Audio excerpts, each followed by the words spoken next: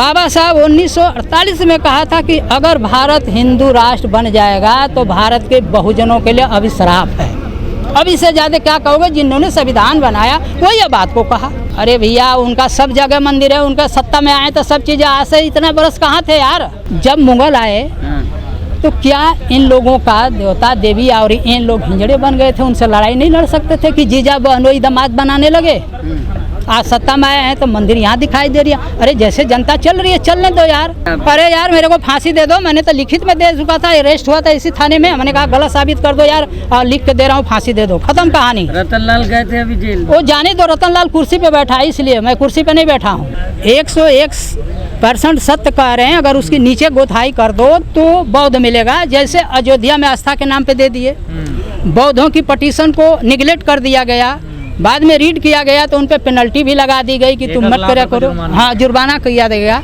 तो ये देश में डेमोक्रेसी नहीं है, हिटलर तानाशाही कानून चल रहा है। इसका मेन जिम्मेवार कानून जो है कोलिजियम सिस्टम, दल बदलू राजनीति। अगर ये व्यवस्था भारत में नहीं रहती तो इतना संविधान का अवहेलना नहीं होता। दल बदलू कानून तो है। अरे भाई, हम क्या कह रहे हैं? दल बदलू कानून और ये कोलिजियम सिस्टम दो ही तो देश को बर्बाद किया है। राजीव गांधी किस डर से दल बदलू राजनीति पास कर दिए संसद में? अरे भैया, पहले तो सिद्ध करो कि आप हिंदू हो, और पहले तो आप सिद्ध करो कि हिंदू हो। सनातनी है वो। सनातनी क्या चीज़ है? सुप्रीम कोर्ट 21 मई 1976 में सच्ची रामायण को लेकर के जो केस चल रही थी उसमें निर्णय दिया हुआ है कि हिंदू धर्म कोई धर्म ही नहीं है। सच्ची रामायण पढ़िए ना। सनातन धर्म है ना, सनातन धर्म। सनातन धर्म क्या है उसको पहले आप सोचो ना। सनातन में क्या है? सनातन क्या कहता है? सनातन ये नहीं कहता है कि ब्राह्मण राष्ट्र बनने वाला। सर क्या बात कर रहे हैं? सवाल ही नहीं पैदा है कि हिंदू राष्ट्र बन जाएगा। कसम खा रहे हैं कई संत। अरे यार देखिए, ये चीज 1940 में सुभाष चंद्र बोस कलकत्ता मीटिंग में कहे थे कि भाई अगर देश में भाईचारा रखनी है तो साधु संत साध्वी अगर राजनीति में जाएंगे तो ये देश पतन पे चला जाएगा।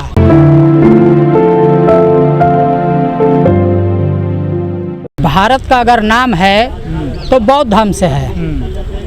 हिंदू धर्म सिर्फ इंडिया के अलावा किसी भी मुल्क में नामो निशान नहीं है। इसलिए इनकी मजबूरी है कि बुद्ध का नाम लेना। कोई विदेशी आता है तो उसको बुद्ध की मूर्ति से सम्मानित करना, लोगों को आंखों में मिट्टी झोंकने का काम लोग करता है। शिवलिंग मिल रहे हैं भारत में। शिवलिंग तो ये उनकी अपनी कल्पना है। अगर ये 5000 साल पहले का इतिहास पढ़ें तो पूछें कि ये शिवलिंग आया कहाँ से है। कहाँ से आया भाई? पूछा जाए तब ना कहाँ से आया। एक काल्पनिक चीज़ को आप लोग तैयार कर दिए और कहते हो कि हमारा आस्था का सवाल है। तो क्या यहाँ अदर पीपल, सिख हो, ईसाई हो, मुसलमान हो या बौद्ध है, उसका आस्था नहीं है? अरे बाबा मिल गए हैं। अरे भाई ठीक है, बाबा मिल गए हैं तो वो कोर्ट में है, कोर्ट उसका देगा जजमेंट कि बाबा मिले हैं कि मैं भी कह मैं खुदाई कर दो तो बौद्ध निकलेंगे। बौद्ध निकलेंगे। 101% सत्य कह रहे हैं। बेकार की बातें हैं, डंका बज रही है। जो NRI हैं उनको धमकाया जाता है कि हमारी स्वागत नहीं करोगे तो इंडिया में तुम्हारे फैमिली को रहने नहीं दिया जाएगा। कोई वहाँ का मुल्क वाले अगर कहें कि नहीं भैया हम इनकी स्वागत करते हैं तो हम भी बनने वाला भारत। अरे हाँ, पाखंड गुरु कहो मान लेंगे। देश विश्व गुरु किस आधार पे बनाओगे? पाखंड गुरु पे। विश्व गुरु ज्ञान से बनता है, विज्ञान आस्था है वो। अरे यार यही तो कह रहा हूँ, हमारी एक गदहिया पे आस्था। तो आस्था का तो कोई कानून ही नहीं है ना। आस्था तो आस्था है, खत्म। आस्था पे तो कोई आज तक कानून ही नहीं बना है। कानून तो कानून के हिसाब से बना है ना। तो भी नहीं पहुंचा सकते ना किसी की आस्था। अरे भाई, आस्था तो मेरा भी आस्था है ना कि हम बौद्धिस्ट हैं। पूरे ये बौद्धिज्म देश था, बौद्धिज्म में कन्वर्ट करो ना। तुम्हारी आस्था तो बहुत बाद में आई है। मोदी जी कहने रहे हमने बुद्ध दिया है दुनिया। अब बुद्ध दिया है तो फिर यहाँ आकर राम राम क्यों चिल्ला रहे हैं? कहाँ? इंडिया में राम राम है, हिंदू धर्म क्यों चिल्ला रहे हो भाई? बुद्ध दिया तो बुद्ध तो केवल है। अरे यार, जय श्री राम क्या है? पहले तो ये सिद्ध करो कि राम थे भारत का कि नहीं है। अच्छा, आप कह रहे राम ही नहीं थे? बिल्कुल नहीं थे। इतिहास उठा के पढ़ो। ये रामायण वामायण कहाँ से आई? ये तो सुप्रीम कोर्ट का जजमेंट पढ़िए ना, 76 का, जो पेरियार की सच्ची रामायण में डिक्लेयर किया है। ललई सिंह यादव, ललई सिंह केस किया था। पहले इलाहाबाद हाई कोर्ट में था, फिर ललई सिंह ने वो कोर्ट में तो 1976 का जजमेंट सुप्रीम कोर्ट का पढ़िए ना, कि राम कौन है, सीता कौन है, ये गीता क्या है, महाभारत क्या है, रामायण क्या है, पढ़े, उसको पढ़िए। इसीलिए धर्म आज तक संविधान लागू नहीं हुआ। संविधान अलाउ नहीं करता किसी गीता रामायण पे कसम खा करके संविधान को चलाओ। अगर गीता रामायण का अगर तुम कसम खा करके चलाओगे तो कभी भी संविधान नहीं लागू होगा, न होगा। दलित सब भाई गुलाम हो गए हैं। दलित हैं कहाँ? दलित शब्द तो कहिए मत, क्योंकि 131 सांसद टोटली गुलाम हो गए हैं। जो जनता का प्रतिनिधि आए कि हम पार्लियामेंट के अंदर उनका हमारा दिया हुआ है कि ये जनता का प्रतिनिधि है, जनता का हक और अधिकार के लिए पार्लियामेंट में क्वेश्चन करेंगे। अगर पार्लियामेंट इस चीज़ को नहीं मानती है तो ये लोग पूरे जनता में जाके जनता को बताएंगे कि भाई ऐसे। बहुजनों का यकीन है कि जो इन लोगों ने जिस हिसाब से अंग्रेजों से ट्रांसफ़र ऑफ पावर लिया था 1947 में, ट्रांसफ़र ऑफ पावर में बाकायदे लिखा हुआ है समता मूलक देश को 10 साल में बना देंगे।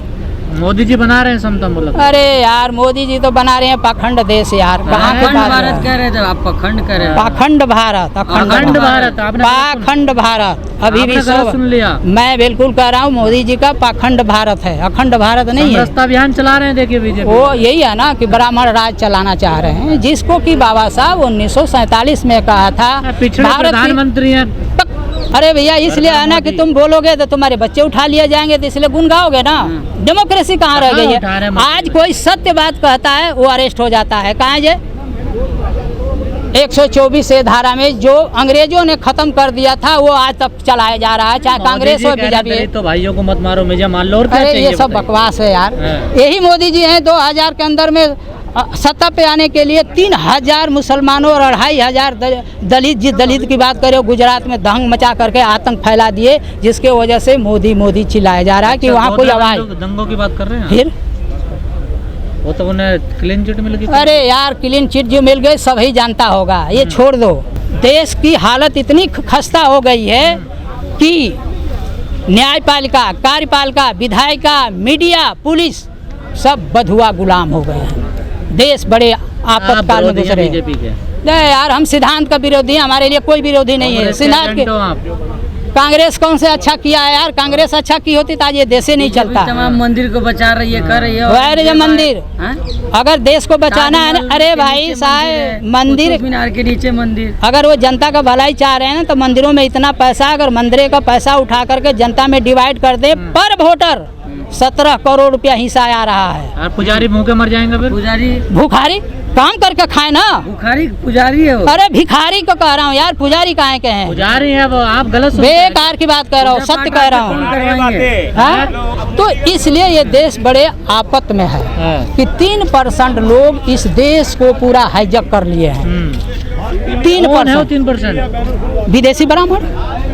हम नहीं करें, 2001 का जजमेंट दिया है। मोदी पिछड़े हैं प्रधानमंत्री। अरे यार कहने से क्या, अगर पिछड़े होते तो गुजरात में दंगा नहीं कराते। जनों के पैर धो रहे हैं आप। अरे यार सुनो, राष्ट्रपति जब बने थे राजेंद्र प्रसाद तो ब्राह्मणों ने वॉकआउट किया कि ये क्षुद्र जात का राष्ट्रपति स्वीकार नहीं करेंगे। बनारस में 11 पंडितों का पैर धोके वो पानी पिए तब जाकर उनको शुद्ध किए।